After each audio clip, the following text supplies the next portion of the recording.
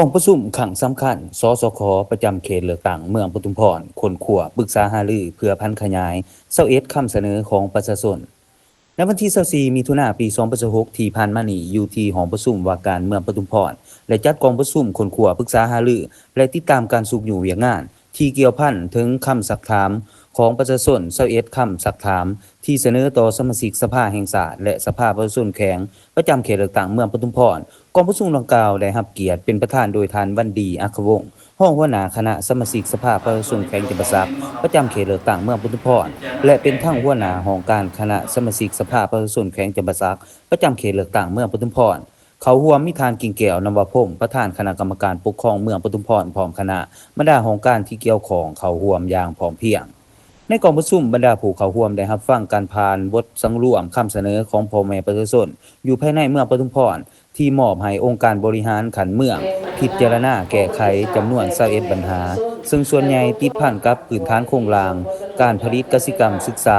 การเลี้ยงสัตว์ไฟฟ้าและการบริการสาธารณะโดยมีเนื้อในสำคัญดังนี้ 1. ปัญหาด้านเส้นทางและโครงสร้างพื้นฐาน 2. ปัญหาด้านกสิกรรมและชลประทาน 3. ปัญหาด้านการเลี้ยงสัตว์และการป้องกันพยาธิ 4. ปัญหาด้านที่ดิน 5. ปัญหาด้านการศึกษา 6. ปัญหาด้านไฟฟ้า 7. ปัญหาด้านการค้าและการบริการ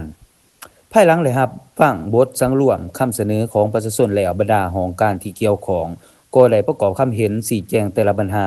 พร้อมทั้งรับห้องเอาคำเสนอของประชาชนไว้เพื่อสืบต่อคนขั่วสอบมาตรการแก้ไขและกำหนดแนวทางดำเนินเวียกงานให้เหมาะสมกับสภาพตัวจริงของแต่ละบ้านในตอนท้ายของกองประชุมท่านวันดีอัควงศ์ได้ให้คำเห็นสีน้ำและเน้นให้บรรดาคณะการพร้อมทั้งองค์การปกครองเมืองแล้วใจใส่ติดตามคนขั่วและสุกอยู่แก้ไขบรรดาคำเสนอของประชาชนให้เป็นหูประธรรมพร้อมนั้นยังเน้นให้แต่ละภาคส่วนหีบห่อนลงแก้ไขปัญหาที่กระทบถึงชีวิตการเป็นอยู่และการผลิตของประชาชนโดยโกงเซ็นปัญหาเส้นทางนำชลประทานไฟฟ้าการศึกษาและการเลี้ยงสัตว์เพื่อให้สามารถแก้ไขได้ทันการและสอดคล้องกับความต้องการตัวจริงของประชาชน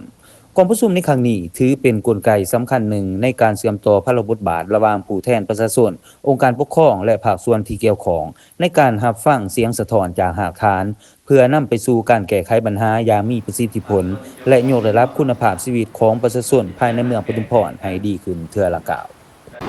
เนาะในภาคส่วนที่เกี่ยวข้องในทับผู้เพื่อนำไป